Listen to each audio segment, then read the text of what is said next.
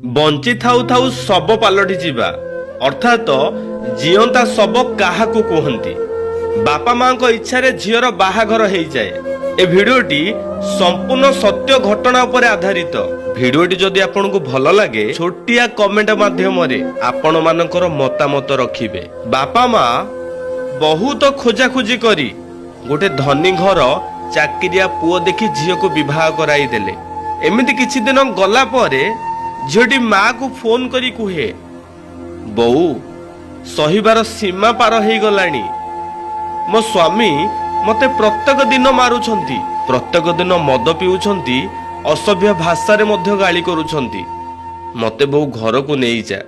से समय रे माँ कुहे, आलो झियो संसार करिछु, एतिकी छोट मोट झगड़ा को तू डरुछु, एसबु तते सहीबा को पड़िबो।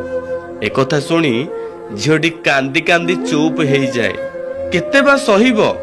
किछि दिन परे पुणी थरे बापा को फोन करी कुहे, बापा मो स्वामी मते मद पी प्रत्येक दिन मारुछंती, एमिति असभ्य भाषा रे गाली करूछंती जहा तुमको कहि परिबी नाही। जेतेबेले झीटी काकुति मिनंती हेई कहूची, बापा मते टिके घर को नहीं जाओ, ए जंत्रणा मु आ सही पारिबिनी, जदि तमे न नब शेषरे मो जीवन हारी देबी। जेतेबेले झियो ठारू बापा ए कथा सुनुछंती, बापा सांगे सांगे कहउछंती, आलो माँ सेटा तो घर तो स्वामी, तम भितरे बुझापणा करिबा तम मानकर दायित्व।